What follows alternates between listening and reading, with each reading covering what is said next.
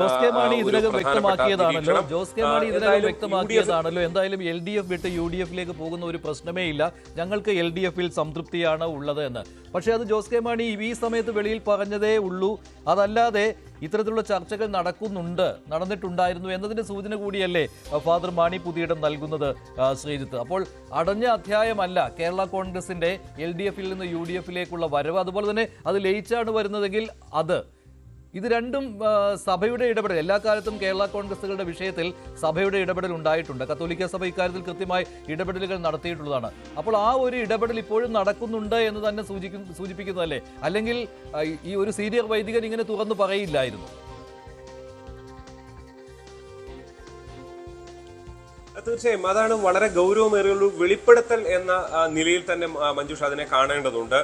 പക്ഷേ അദ്ദേഹം എത്തി നിൽക്കുന്ന ഒരു സ്ഥിതി അദ്ദേഹം ചൂണ്ടിക്കാണിക്കുന്നുണ്ട്. ഒരു മടുപ്പ് ആണ് ഫലത്തിൽ ഈ പാർട്ടിയെ കൊണ്ട് ഉണ്ടായിരിക്കുന്നത് എന്നുള്ളതാണ്. ജനവികാരം അങ്ങനെയാണ്. അതായത് ക്രൈസ്തവ കത്തോലിക്ക, അദ്ദേഹം പറഞ്ഞ ഗൗരവമേറിയ ഒരു പ്രസ്താവന, കത്തോലിക്ക ജനവിഭാഗങ്ങൾക്കിടയിൽ പ്രവർത്തിക്കുന്നുണ്ട്. ആ വിഭാഗങ്ങൾക്കിടയിൽ ഒരു വലിയ ശിഥിലീകരണമാണ് ഫലത്തിൽ കേരള കോൺഗ്രസിന്റെ ഈ പിളർപ്പ് കൊണ്ട് ഉണ്ടായിരിക്കുന്നത്. അതുകൊണ്ട് കൂടി യോജിക്കണം എന്നുകൂടിയാണ് അദ്ദേഹം പറയുന്നത്.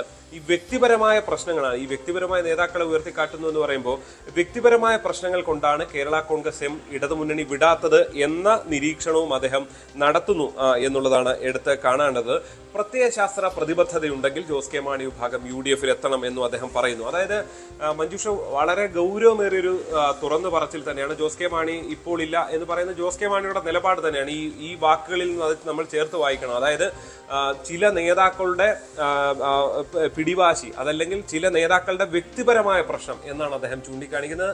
ആ വ്യക്തിപരമായ പ്രശ്നമാണ് ഫലത്തിൽ ജോസ് കെ മാണി ഈ പിന്നോട്ടടിക്കുന്നതിന് പിന്നിലുള്ളത് എന്ന് ചേർത്ത് വായിക്കേണ്ടി വരുന്നതാണ് ഈ ഒരു കാര്യത്തിലുള്ള. കാരണം ആ പാർട്ടിയിലെ തന്നെ ഒരുപാട് നേതാക്കൾക്ക് വിഭിന്ന അഭിപ്രായങ്ങൾ ഉള്ളവരുണ്ട്. നേതാക്കൾക്ക് തന്നെ അഭിപ്രായമുണ്ട്. പലരും തന്നോട് വന്ന് സീറ്റുകൾ പോലും ചോദിക്കാറുണ്ട് എന്ന് ഫലത്തിൽ മാണി പുതിയിടം അത് രീതിയാണ്. കത്തോലിക്ക സഭയിലെ ബിഷപ്പുമാരെയൊക്കെ കണ്ട് സീറ്റുകൾക്ക് വേണ്ടി റെക്കമെൻഡ് ചെയ്യണം എന്നൊക്കെ പറയുന്നതൊക്കെ ഒരു രീതിയാണ്. അതിൽ സ്വാധീനമുള്ള വൈദികരെയും കണ്ട് അത്തരം കാര്യങ്ങൾ സംസാരിക്കാറുണ്ട്. അപ്പോൾ ഇദ്ദേഹം അത്തരത്തിൽ കത്തോലിക്ക സഭയിൽ വലിയ സ്വാധീനമുള്ള ഒരു വൈദികനാണ് എന്ന കാര്യത്തിൽ യാതൊരു സംശയവുമില്ല. അദ്ദേഹമാണ് ഒരുപക്ഷെ നേരത്തെ അദ്ദേഹം ഈ LDF പോയ സമയത്തും സമാനമായ രീതിയിൽ എങ്ങനെയാണ് ഇവർക്ക് പ്രത്യയശാസ്ത്രപരമായി LDF നിൽക്കാനാകുക എന്ന ചോദ്യം ഉയർത്തിക്കൊണ്ട് സംസാരിച്ചിരുന്നു. ലയനം പല ഘട്ടത്തിലും പല ചർച്ചയാകുന്നുണ്ട്. മാത്രമല്ല PJ ജോസഫിനെ പോലുള്ള നേതാക്കൾ ഇവർ എത്തിയാൽ, അതായത് ജോസ് കെ മാണി വിഭാഗം എത്തിയാൽ തങ്ങൾ എതിർക്കില്ല എന്ന നിലപാട് വ്യക്തമാക്കുകയും ചെയ്യുന്ന സാഹചര്യം കഴിഞ്ഞ ദിവസങ്ങളിൽ തന്നെ ഉണ്ടായതാണ്. എന്തായാലും അതൊക്കെ നിലനിൽക്കുമ്പോഴാണ് അതിഗൗരവമേറിയ ഈ ഒരു അതിഗൗരവമായ ഒരു വെളിപ്പെടുത്തലാണ്, ഒരു തുറന്നു പറച്ചിലാണ് ഇത് എന്ന കാര്യത്തിൽ സംശയമില്ല. കാരണം സഭ അത്ര കണ്ട് പരസ്യമായിട്ട് രാഷ്ട്രീയത്തിൽ ഇടപെടുന്നു എന്നുള്ള സൂചന നൽകാറില്ല. പക്ഷേ അത്തരത്തിലുള്ള ചർച്ചകളിൽ സജീവമായി തന്നെ നിൽക്കാറുമുണ്ട്. പക്ഷേ ഇവിടെ കത്തോലിക്ക സഭയിലെ ഒരു മുതിർന്ന വൈദികൻ തന്നെ, അതും ചങ്ങനാശ്ശേരി അതിരൂപതയിലെ മുതിർന്ന വൈദികൻ തന്നെ ഇത്തരത്തിൽ ഒരു തുറന്നു പറച്ചിൽ നടത്തുമ്പോൾ കേരള കോൺഗ്രസുകളുടെ ലയനക്കാര്യത്തിലും കേരള കോൺഗ്രസ് മാണി വിഭാഗത്തിന്റെ മുന്നണി മാറ്റത്തിലും സഭ വ്യക്തമായ കാഴ്ചപ്പാടോട് കൂടി തന്നെ ഒരു നിലപാടുമായി മുന്നോട്ട് പോകുന്നുണ്ട്, ആ ചർച്ചകളിൽ ഇടപെടുന്നുണ്ട് എന്നതിന്റെ സൂചനയാണ്. അപ്പോൾ ടോം കുര്യാക്കോസ് കൂടി ചേരുകയാണ്. ടോം, കത്തോലിക്ക സഭയിൽ കേരള കോൺഗ്രസുകളുടെ ലയനം അനിവാര്യതയാണ് എന്ന വ്യക്തമായ ഒരു കാഴ്ചപ്പാട് ഉണ്ടായിട്ടില്ലേ? അതോ മറ്റൊരു വിധത്തിൽ സഭയിൽ തന്നെ വ്യത്യസ്തമായ നിലപാട്, വ്യത്യസ്ത അതിരൂപതകളിലും രൂപതകളിലും ഓരോ വൈദികർക്കും അങ്ങനെ വ്യത്യസ്തമായ നിലപാട്, അങ്ങനെയാണോ കാണേണ്ടത്? അതോ ഒരു ഒറ്റ നിലപാടിലേക്ക് വന്നിട്ടുണ്ടോ കേരള കോൺഗ്രസുകളുടെ ലയനത്തെക്കുറിച്ച്? അതാണോ ഇപ്പോൾ ഫാദർ മാണി പുതിയിടത്തിന്റെ ഈ തുറന്നു പറച്ചിൽ? അദ്ദേഹം പല കാര്യങ്ങളിലും അദ്ദേഹത്തിന്റെ അഭിപ്രായം പറയാറുള്ള ആൾ കൂടിയാണ്.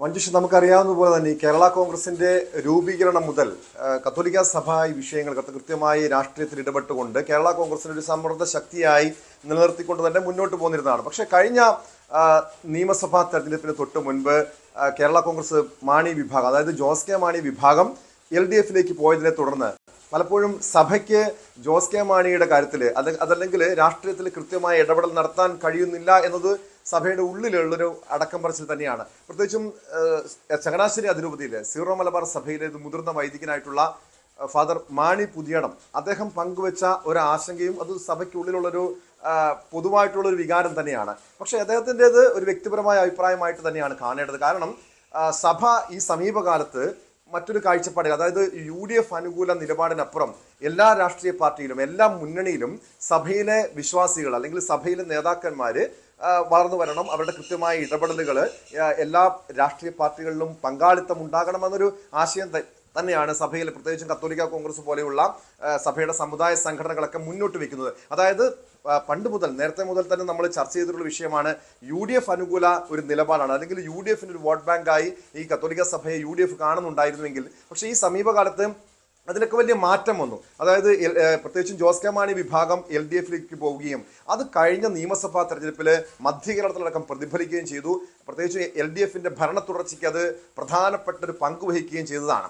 മാത്രമല്ല അതോടൊപ്പം ഈ കാസ ഉൾപ്പെടുന്ന ചില സംഘടനകളുടെ ഇടപെടൽ മൂലം BJP അനുകൂല നിലപാട് സ്വീകരിക്കുന്ന വിശ്വാസികളെ നമുക്ക് കാണാൻ കഴിഞ്ഞു. പക്ഷെ പൊതുവെ, അതായത് പരമ്പരാഗതമായി സഭയുടെ മുതിർന്ന വൈദികരടക്കം ഒരു UDF അനുകൂല നിലപാടാണ് സ്വീകരിക്കുന്നത്. അതുകൊണ്ട് തന്നെ പ്രത്യേകിച്ചും ഈ കേരള കോൺഗ്രസ് UDFനൊപ്പം നിൽക്കണം, കേരള കോൺഗ്രസുകളുടെ ഐക്യം അനിവാര്യമാണ്. ഈ വിഘടിച്ച് നിന്നു കഴിഞ്ഞാൽ സഭയുടെ ഒരു ശക്തി, അല്ലെങ്കിൽ സഭ ഒരു സമ്മർദ്ദ ശക്തിയായി സഭയ്ക്ക് രാഷ്ട്രീയത്തിൽ ഇടപെടാൻ കഴിയുകയില്ല എന്നൊരു ആശങ്ക, ഒരു പരിഭവം സഭയ്ക്കുള്ളിലെ ചില വൈദികർക്കുണ്ട്.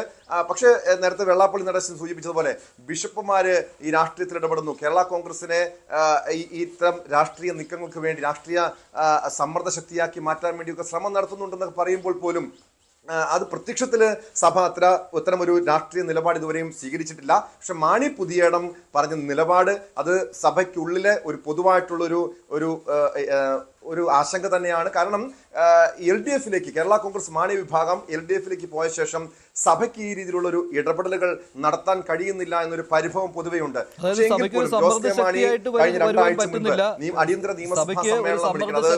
വരാൻ പറ്റുന്നില്ല. അവർ പ്രതിനിധാനം ചെയ്യുന്ന വിഭാഗത്തെ, ക്രൈസ്തവ വിഭാഗത്തെ, പ്രത്യേകിച്ച് മലയോര ജനവിഭാഗത്തെ അഡ്രസ്സ് ചെയ്യുന്ന വിഷയങ്ങൾ വരുമ്പോൾ അവിടെ സഭ ഒരു സമ്മർദ്ദ ശക്തിയായി വരാറുണ്ട്. പക്ഷേ ഇവിടെ അത് സാധിക്കുന്നില്ല. കാരണം LDFൽ ഒരു സമ്മർദ്ദമായി വരുവാൻ കേരള കോൺഗ്രസിന് കഴിഞ്ഞിരുന്നില്ല കഴിഞ്ഞ നാളുകളിൽ. അതല്ലേ സഭയെ ആശങ്കപ്പെടുത്തുന്ന കാര്യം? തീർച്ചയായും അതൊരു വസ്തുത തന്നെയാണ്. കാരണം നമുക്കറിയാം, സാധാരണഗതിയിൽ UDF സർക്കാർ അധികാരത്തിൽ വരുമ്പോൾ ഒരു 5-6 ക്രിസ്ത്യൻ മന്ത്രിമാർ, അതിൽ കൂടുതലും സീറോ മലബാർ സഭ വിഭാഗത്തിൽപ്പെട്ട കൂടുതൽ ആളുകൾക്ക് മന്ത്രിസ്ഥാനം ലഭിക്കുന്നൊരു വസ്തുത ഉള്ളതാണ്. പക്ഷേ ഈ LDF അധികാരത്തിൽ, പ്രത്യേകിച്ച് ഒന്നാം പിണറായി സർക്കാരിന്റെ കാലഘട്ടത്തിൽ അത്രയധികം പ്രാതിനിധ്യം ക്രൈസ്തവ വിഭാഗത്തിന് കിട്ടിയില്ല. പക്ഷേ രണ്ടാം പിണറായി സർക്കാർ വന്നപ്പോൾ ഒരു സോഷ്യൽ ബാലൻസിങ് കൊണ്ടുവരാൻ പിണറായി വിജയൻ ശ്രമിക്കുകയുണ്ടായി. മാത്രമല്ല പിണറായി വിജയൻ ആദ്യഘട്ടത്തിൽ, അതായത് രണ്ടാം പിണറായി സർക്കാരിന്റെ തുടക്കത്തിൽ 4 ക്രിസ്ത്യൻ മന്ത്രിമാർ, ക്രൈസ്തവ വിഭാഗത്തിൽപ്പെട്ട 4 മന്ത്രിമാരുണ്ടായിരുന്നു. പക്ഷെ അതിൽ റോഷി അഗസ്റ്റിൻ മാത്രമായിരുന്നു സീറോ മലബാർ സഭയുടെ പ്രതിനിധിയായി വന്നിരുന്നത്. പിന്നീട് ആന്റണി രാജു മന്ത്രിസഭയിൽ നിന്ന് പുറത്താകപ്പെട്ടപ്പോൾ നിലവിൽ 3 ക്രൈസ്തവ വിഭാഗത്തിൽപ്പെട്ട 3 പേർ മാത്രമാണ് നിലവിൽ മന്ത്രിസഭയിലുള്ളത്. അതുകൊണ്ട് തന്നെയാണ് UDF അധികാരത്തിൽ വന്നു കഴിഞ്ഞാൽ സഭയ്ക്ക് മന്ത്രിസഭയിൽ ഉൾപ്പെടെ കൂടുതൽ പ്രാതിനിധ്യം ലഭിക്കും. മാത്രമല്ല അതോടൊപ്പം KPCC പ്രസിഡന്റ് സ്ഥാനത്തേക്ക് സണ്ണി ജോസഫിനെ കൊണ്ടുവരാൻ കഴിഞ്ഞതൊക്കെ സഭയുടെ ഒരു സമ്മർദ്ദം തന്നെയാണ് എന്നത് നമുക്ക് എല്ലാവർക്കും അറിയാവുന്ന കാര്യം തന്നെയാണ്. അതുകൊണ്ട് തന്നെയാണ് UDFല് സഭയ്ക്ക് കൃത്യമായി UDFന്റെ രാഷ്ട്രീയത്തിൽ ഇടപെടാൻ കഴിയുന്നുണ്ട്. പക്ഷേ ഈ കേരള കോൺഗ്രസ് ജോസഫ് വിഭാഗം ആ രീതിയിൽ ഒരു സമ്മർദ്ദം ചെലുത്തുന്നില്ല, UDFൽ കൃത്യമായ ഇടപെടലുകൾ നടത്തുന്നില്ല. ജോസ് കെ മാണി കൂടി വന്നു കഴിഞ്ഞാൽ കേരള കോൺഗ്രസ് കൂടുതൽ ശക്തിപ്പെടും. അത് UDFല് മുസ്ലിം ലീഗിനെ പോലെ തന്നെ UDFല് കേരള കോൺഗ്രസിനെ ഉപയോഗിച്ചുകൊണ്ട്, അല്ലെങ്കിൽ കേരള കോൺഗ്രസിന്റെ ഒരു രാഷ്ട്രീയത്തിലൂടെ ക്രൈസ്തവ വിഭാഗങ്ങൾക്ക് കൂടുതൽ പ്രാതിനിധ്യം ലഭിക്കാൻ കഴിയും എന്ന് തന്നെയാണ് സഭ മുൻകൂട്ടി കാണുന്നത്. പക്ഷെ കഴിഞ്ഞ നിയമസഭാ തെരഞ്ഞെടുപ്പോട് കൂടി പല രീതിയിലുള്ള രാഷ്ട്രീയ മാറ്റങ്ങളും ഉണ്ടായി. സഭയുടെ പ്രധാനപ്പെട്ട ഒരു ആശങ്ക ഇതായിരുന്നു, അതായത് പരിഭവം ഇതായിരുന്നു, UDF മുസ്ലിം ലീഗിന് കൂടുതൽ പ്രാതിനിധ്യം നൽകുന്നു. മാത്രമല്ല കോൺഗ്രസ് മുസ്ലിം വിഭാഗവുമായി കൂടുതൽ അടുക്കുന്നു, അത് സഭയിൽ അല്ലെങ്കിൽ ക്രൈസ്തവ വിഭാഗത്തെ അവഗണിക്കുന്നു എന്ന ആശങ്കയൊക്കെ പലപ്പോഴും UDF നേതാക്കളോട് പങ്കുവെച്ചതാണ്. അതിന്റെ അടിസ്ഥാനത്തിലാണ് ക്രൈസ്തവ വിഭാഗത്തെ കൂടി, അതായത് UDFന്റെ പരമ്പരാഗത വോട്ട് ബാങ്ക് ആയിട്ടുള്ള ക്രൈസ്തവ വിഭാഗത്തെ കൂടി UDFനോട് അടുപ്പിച്ച് അങ്ങനെ വരുന്ന നിയമസഭാ തെരഞ്ഞെടുപ്പില് ഭരണം തിരിച്ചുപിടിക്കാനുള്ള നീക്കങ്ങളൊക്കെ UDFന്റെ ഭാഗത്തു നിന്നുണ്ടാകുന്നു. പക്ഷേ അവിടെ കേരള കോൺഗ്രസിനെ അനുനയിപ്പിക്കാൻ അല്ലെങ്കിൽ കേരള കോൺഗ്രസിനെ UDFലേക്ക് കൊണ്ടുവരാൻ,